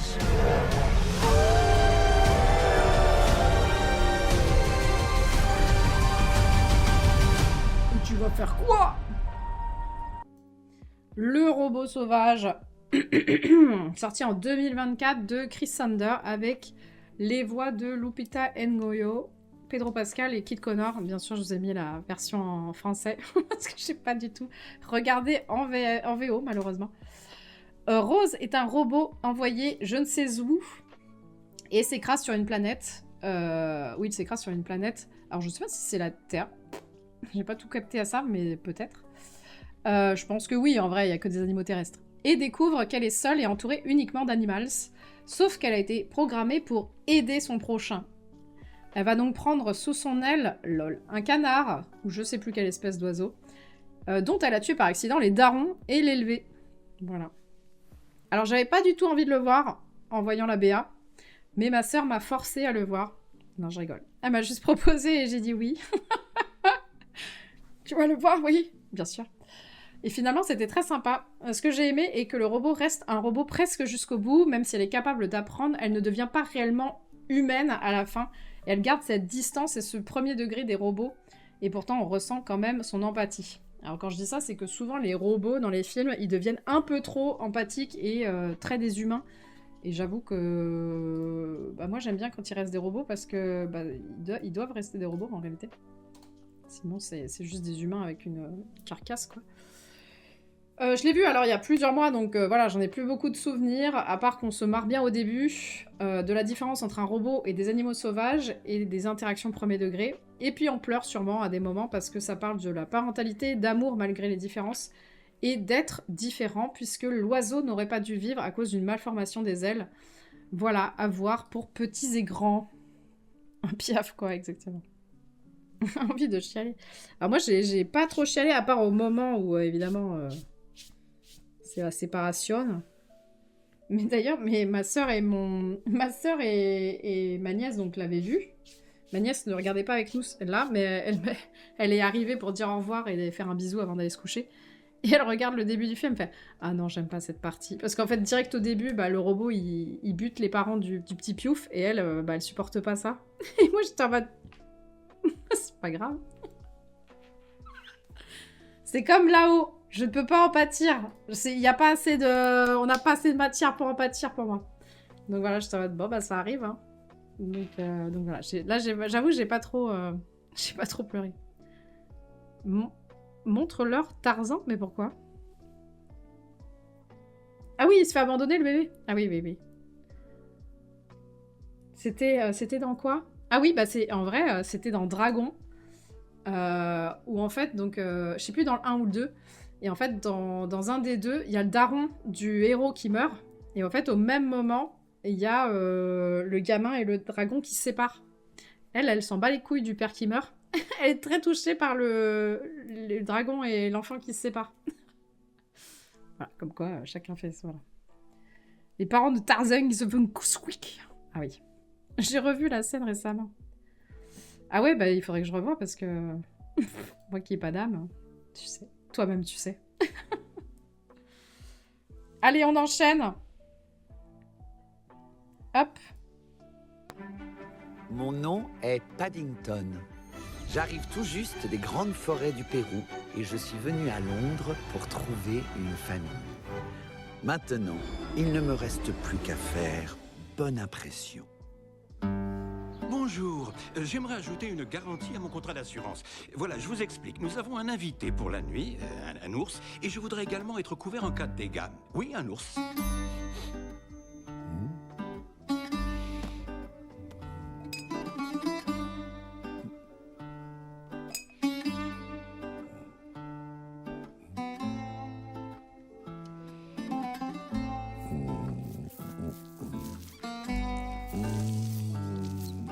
Un grizzly? Pas vraiment. Remarquez, je ne l'ai pas vu le matin au réveil.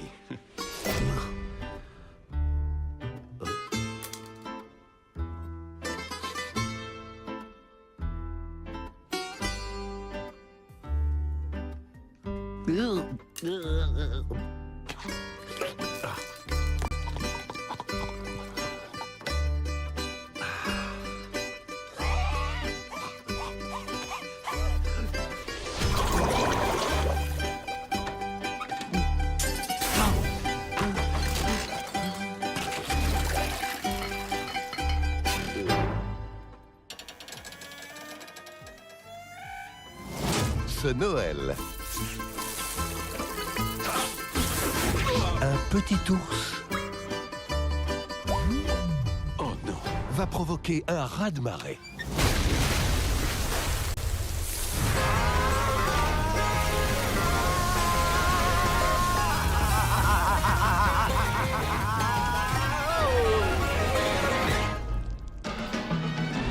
Par le producteur de Harry Potter.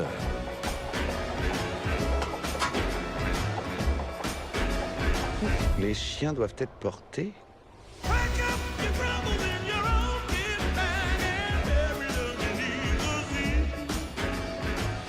Paddington. Voilà, Paddington et sa bande-annonce de 45 minutes, visiblement, qui a décidé de vous montrer tout le film. Alors, j'ai vu Paddington 1, 2 et 3. Bravo! Sorti entre 2014 et 2024. Ça fait 10 ans, hein. C'est sorti. J'aurais pas dit, en vrai. Alors, c'est de Paul King, puis Dougal Wilson, avec Hugh Bonneville, Solly Hawkins, Madeleine Harris et Samuel Jolin.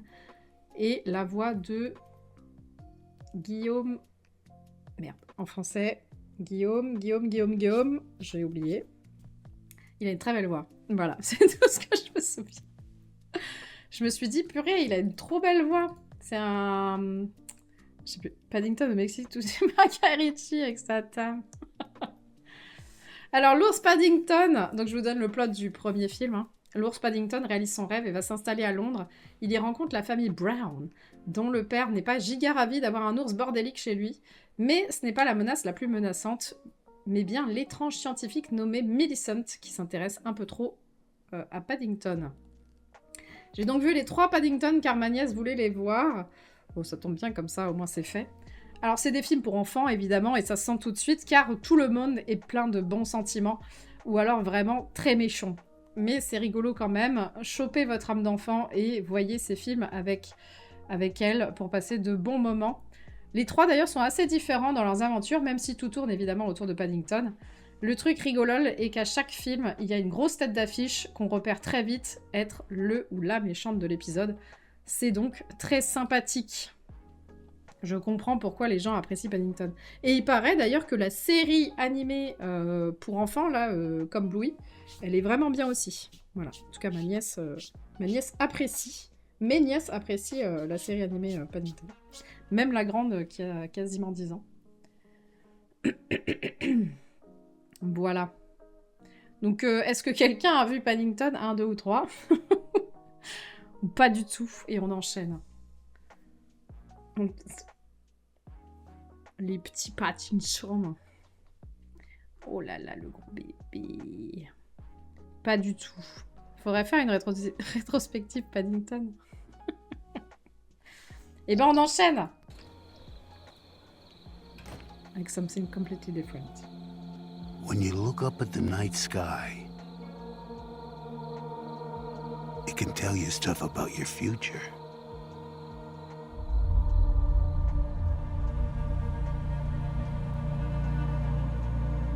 It won't lie to you. It's pure that way.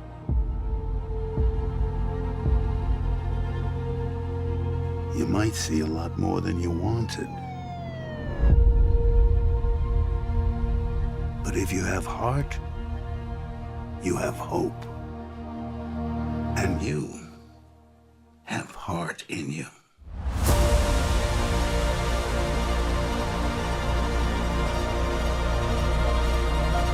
The world, Chuck. Everything you've ever loved. Everything you see. Every year that you live, that world will get bigger and brighter. And more detailed and complex. You fill the whole thing. It'll be a universe.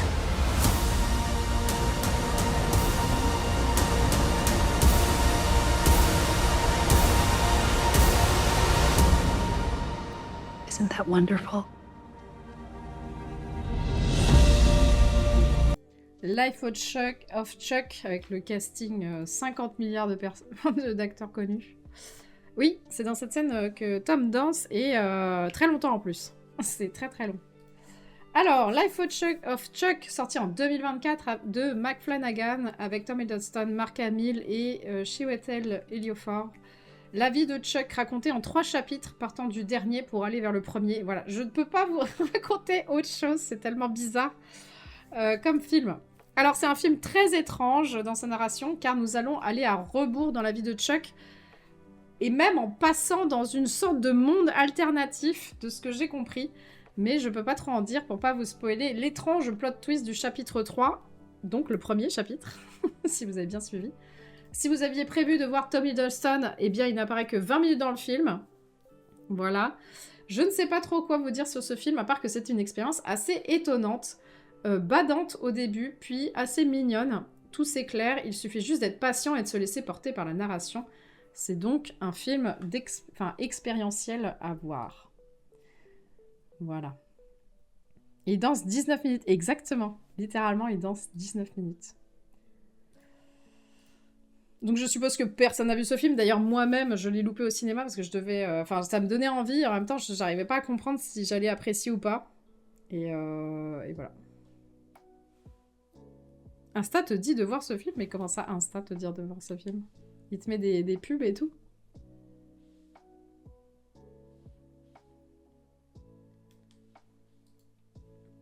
Vois ce film, Nouma! L'extrait de Loki qui danse.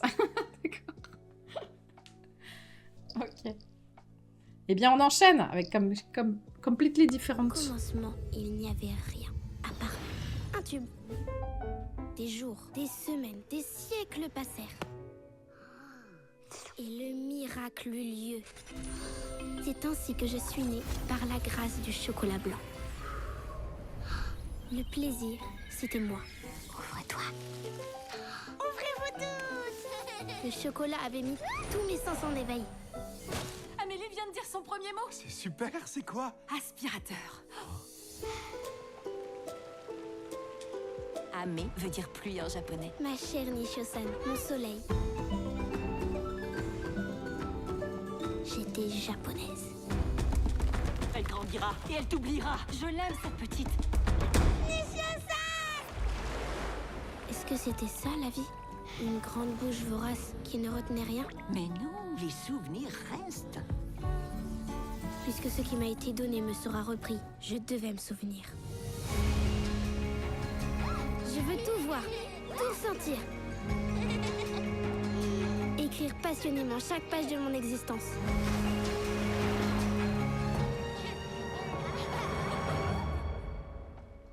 Voilà, Amélie et la métaphysique des tubes de Maëlys Valade et Liane Chauhan avec Loïse Charpentier, Victoria Grosbois et Isaac Chomsky.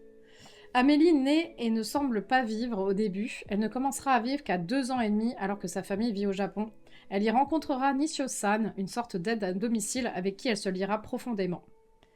J'avais eu envie de le voir quand il est sorti, mais pareil, je lui ai pas donné de temps pour. J'ai pu rattraper mon retard que récemment. C'est un très joli film d'animation, adapté du roman éponyme d'Amélie Nothomb, qui romance sa propre enfance. J'ai vraiment beaucoup aimé, notamment pour les bouts de Japon qu'on peut voir, mais aussi la douceur de Nishio-san et la représentation de l'apprentissage et des ressentis des enfants de 2-3 ans. Même si c'est extrêmement romancé, Amélie semble bien plus âgée dans sa tête, on arrive quand même à ressentir une sorte de communion avec le fait d'être un enfant.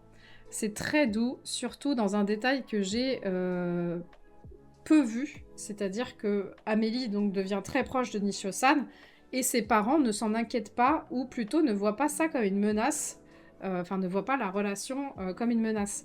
Ils ne montrent aucune méfiance ou jalousie envers Nishio-san et ça j'ai trouvé ça plutôt joli et plutôt agréable de voir ça. Voilà, c'est un film extrêmement court, 1h et quelques, je crois que c'est même 1h12, à voir si vous voulez un petit peu de poésie et de couleur dans vos mirettes. Voilà. Je suppose que personne n'a vu ce film. Et qu'on va enchaîner sur les jeux vidéo. On a bientôt fini. Il reste 5 jeux vidéo, je crois. Pas vu, pas pris. C'est ça, 5 jeux vidéo. Allez, on enchaîne.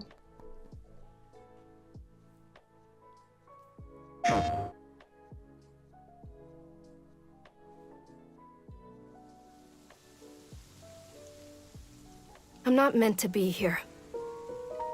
I'm a fighter. I'm meant to be in the arena, in combat. But instead, I'm out here in the middle of the woods, running a tea shop. So, what does running a tea shop involve? Well, there's a lot of gardening, and I've had to get used to the pretty unique tea machine they've got here. None of these tasks are all that hard, they just take patience. And I'm not really the patient type, but I'm surviving. Of course, I have to actually serve the tea to our customers.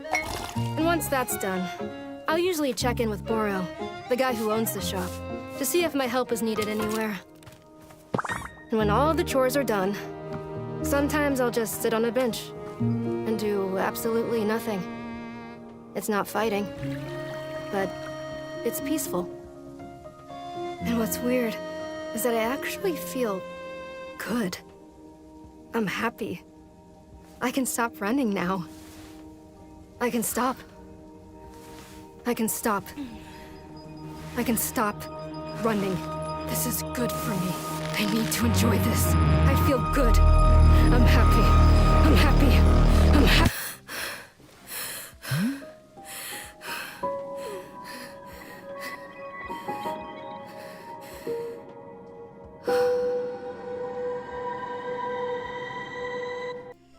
Wonderstop, un jeu sorti en 2025 de Abbey Road et David Redden, C4018 je pense, et Annapurna Interactive.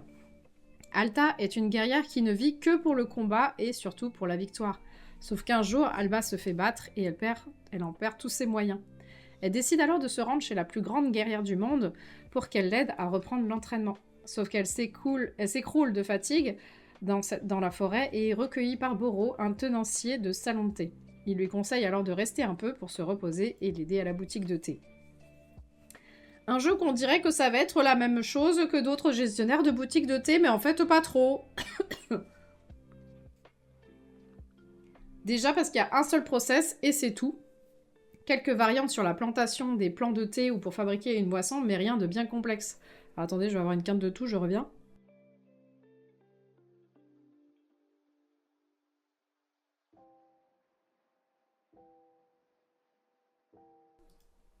Alors ça pourrait repartir, donc voilà. Oh, bébé! Oh non! Bébé, elle a voulu se retourner, elle a failli tomber de la table. Oh là là là là, mon bébé.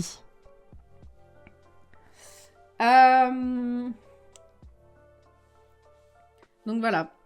Donc en gros, le gameplay n'est pas trop l'intérêt du jeu, j'ai envie de dire, mais bien ce qu'il cherche à exprimer par sa narration et sa boucle de gameplay discontinue.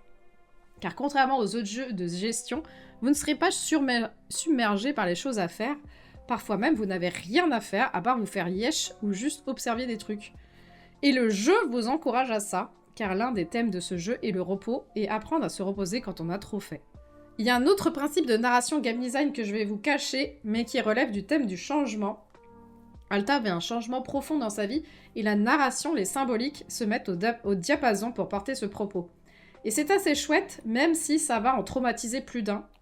Pour celles qui n'aiment pas le principe du mandala en sable tibétain, je vous encourage à ne pas trop lancer ce jeu, de peur que vous ne soyez frustrés. Moi, j'ai trouvé ça extrêmement ballsy comme parti pris, mais c'est hyper intelligent. Un chouette jeu plus narratif que de gestion, en réalité, dans la lignée des Stanley Parable, dont l'auteur est l'auteur.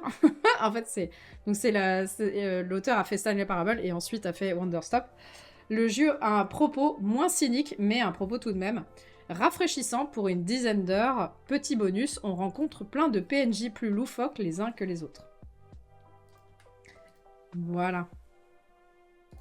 Je crois que je pourrais enchaîner parce que là, je pense que vous n'avez pas joué à tous ces jeux. ou alors vous m'arrêtez. Mais on va enchaîner donc avec Aka. Merde, c'est bon.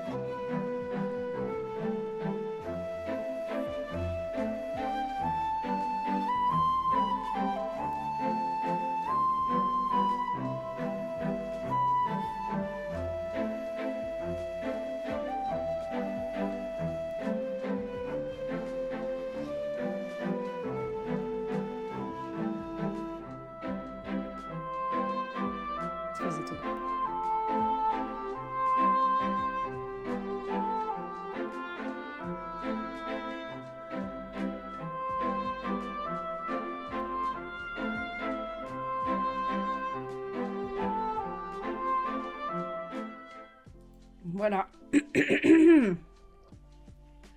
Aka, sorti en 2022 du studio Namra Games, Cosmogato et NeoWiz. Et oui, je suis très très étonnée que tu aies ce jeu dans sa wishlist. D'ailleurs, dans le trailer, c'est l'ancienne interface, c'est drôle à voir. On incarne donc Aka, un pandarou qui échoue sur une île et aide ses camarades. Mais peut-être qu'il y a un sous-texte à tout ça. Alors, ce qui partait pour être une sorte d'Animal Crossing gentil s'est révélé être bien plus énervé que prévu. J'avais pas du tout envisagé que ça parlerait de la guerre, alors on le voit au tout début du trailer, mais évidemment je regarde pas les trailers. Ça parle aussi de la lâcheté, mais aussi du souvenir et des fantômes de son passé. Voilà. Donc ne vous fiez pas à la mignosité de son emballage, c'est plus bresson que prévu. Mais sinon, je l'ai terminé en 5-6 heures. Voilà. Donc j'ai bien aimé, je m'attendais pas du tout à me faire avoir comme ça par l'histoire en réalité. Enfin, l'histoire qui tient sur 3 bouts de ficelle. Mais de bonnes bouts de ficelle. Hein. Petit bébé. Allez, on enchaîne.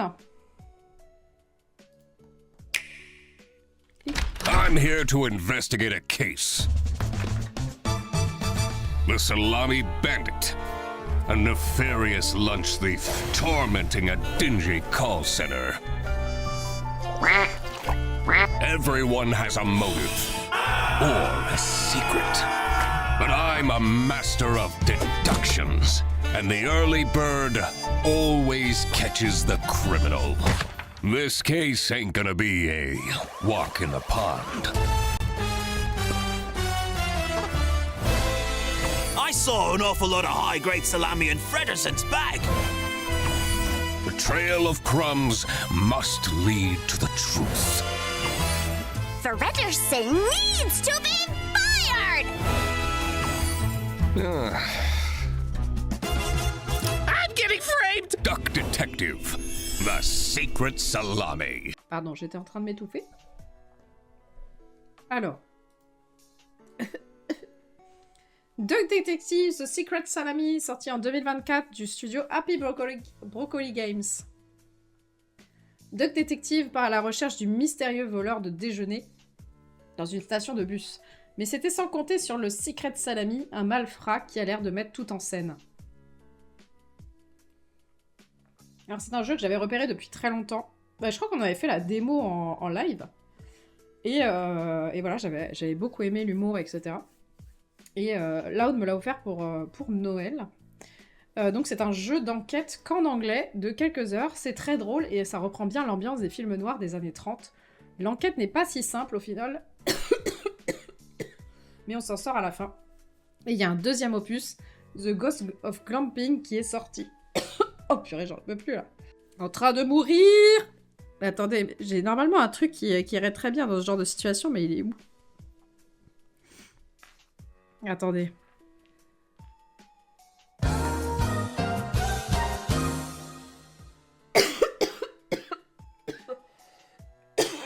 Voilà.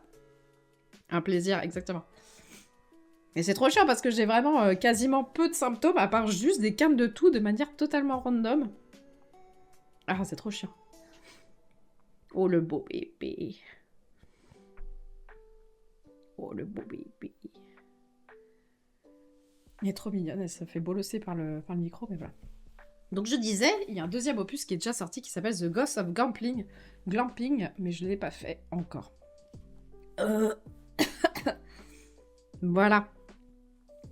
Allez, on enchaîne, comme on dit, avant que je meure. Peggy 7.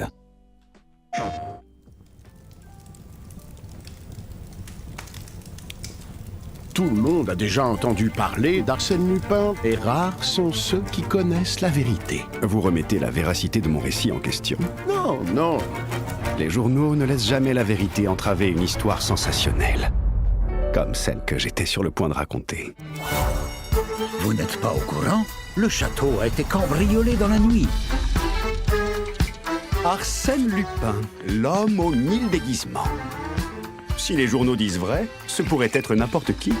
Il est aussi dangereux qu'audacieux. Que savons-nous à propos d'Arsène Lupin? J'ai entendu dire qu'un jour il s'était déguisé en torero espagnol. D'après les rumeurs, il est prêt à tout pour obtenir ce qu'il veut. Que diriez-vous de traquer Lupin nous-mêmes? Je vous ai déjà croisé, non? Vous reverrai-je demain matin? Je trouve Miss Nelly fascinante. Mais je ne dois pas perdre mon objectif de vue. Cette fois, c'est la bonne. Il est à bord et il ne peut pas s'échapper. Si j'arrive à le pousser à l'erreur, Arsène Lupin m'appartiendra. J'espère que vous ne tentez pas d'enjoliver votre version. Permettez-moi de terminer mon récit. Je vais faire la lumière sur tout ceci. Arsène Lupin! Oui!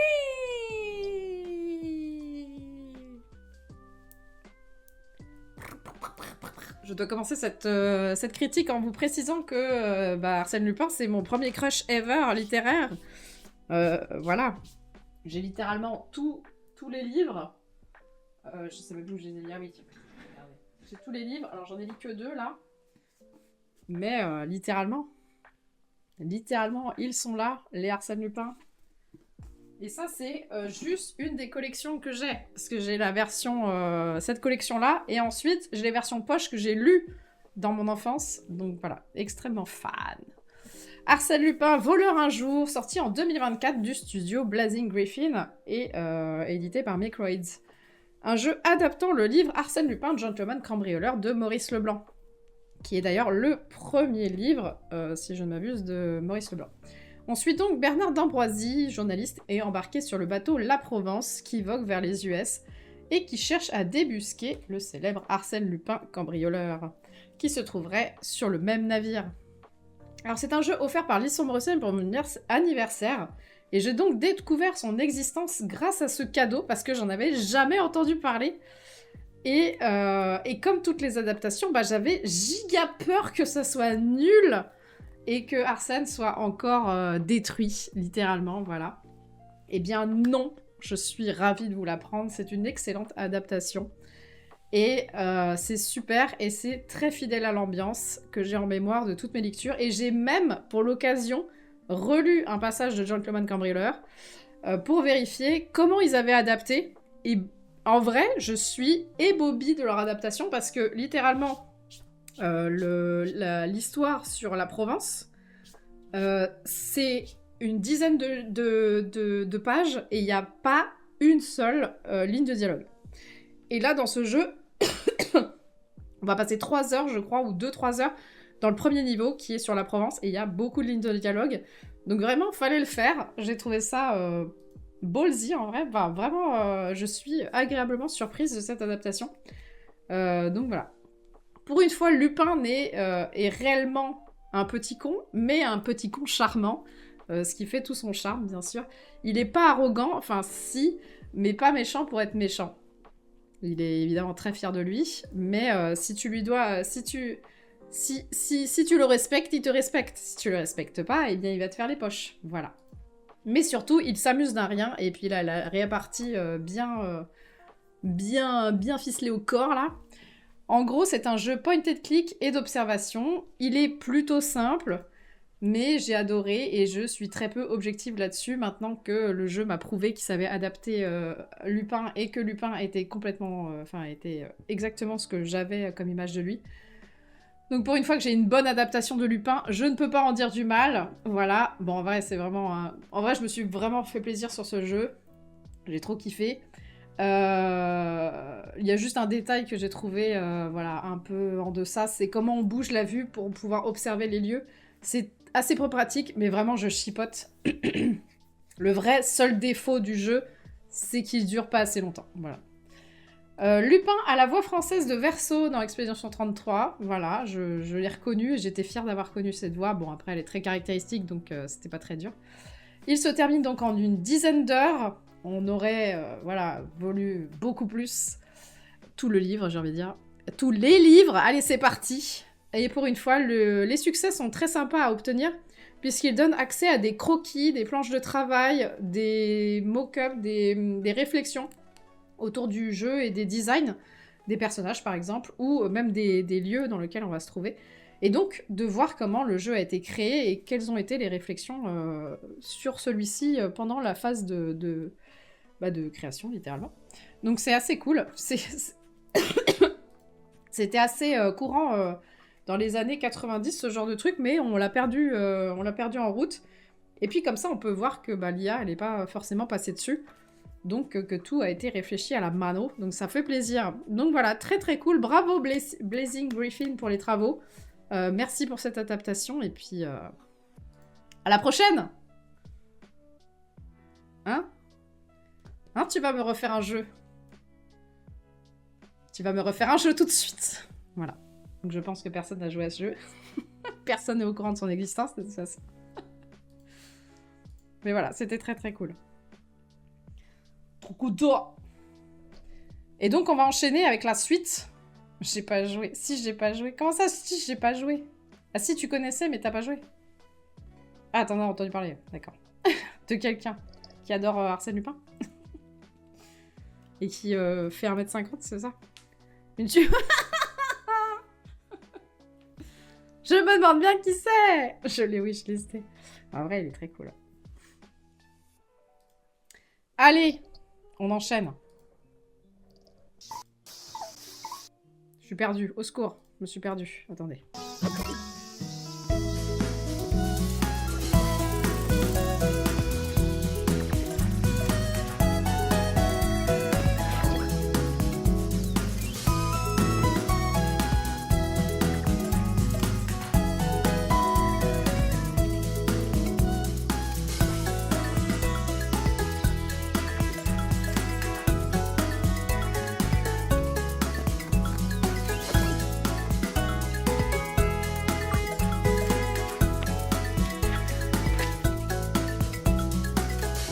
Kabuto Park, sorti en 2025 de Doute, Opholie et Zaku. Donc Doute, c'est le créateur de Minami Lane. Et en plus, je m'adressais à Jihad, la pauvre. Et Jihad, c'est le créateur de Minami Lane. Voilà. Donc si jamais... je crois que c'est ça que... C'est ça, non? Que je t'ai offert. Je sais plus. Je sais plus ce que je fais. Voilà. Donc, voilà, c'est ça. Voilà, bah, c'est le jeu suivant, en gros. Donc, dans ce jeu, vous êtes en vacances pendant 1 mois à la campagne. Vous allez chasser, récolter et forcer de pauvres scarabées à se mettre sur la tronche. C'est en gros Pokémon, mais avec des scarabées. Donc c'est un jeu dont on a beaucoup parlé dans la sphère indé, puisque c'est un développeur indé français. Il est connu par des gens assez connus. Ah, c'est sa copine, d'accord, bah, je sais pas. Voilà, bah, voilà, très bien. Vous avez tout... Pas mal, non, c'est français. Tous les... Comment on appelle ça? Tous les potins. Donc c'est un jeu qui a beaucoup fait parler de lui récemment à sa sortie, parce qu'il a été plébiscité par des grands noms de la sphère indé, etc. Moi-même, j'avais joué à la démo, et je l'ai offert à Alice, mais j'ai quand même joué à ce jeu, parce que quand j'offre des jeux, bah, j'y joue après, comme une bâtarde. Voilà, donc c'est un mini-jeu de 2-3 heures plutôt chill, si on omet bien sûr qu'on est en train de maltraiter des insectes, et c'est très joli. À chaque autre enfant que l'on affronte, les dialogues sont rigolos car ils reprennent l'ambiance des dialogues des adversaires de Pokémon, mais en version bienveillante, car même si vous leur mettez sur la gueule, ils sont quand même contents d'être votre pote. Voilà, chaque scarabée est associé à une carte pouvoir, et on peut faire 2 teams de 3 insectes, donc 3 pouvoirs à utiliser en combat et nous offrir la victoire. Voilà, c'est un petit jeu, un très petit jeu qui ne se prend pas au sérieux, mais fait sérieusement les choses. C'est donc très sympa. Voilà, le seul défaut que j'ai trouvé, c'est que à un moment donné, je me suis un peu ennuyée dans la boucle de gameplay. Et je crois qu'il me manque... Ah non, je crois qu'il me manque 0 insecte, mais j'ai mis extrêmement longtemps à attraper le dernier. Voilà. Et comme dans Pokémon, il y a des shiny d'ailleurs. J'ai pas fait la chasse aux shiny, au bout d'un moment, ça m'a saoulé, quoi. A plus, Diane, merci d'être passé. De toute façon, nous avons terminé avec ces recommandations.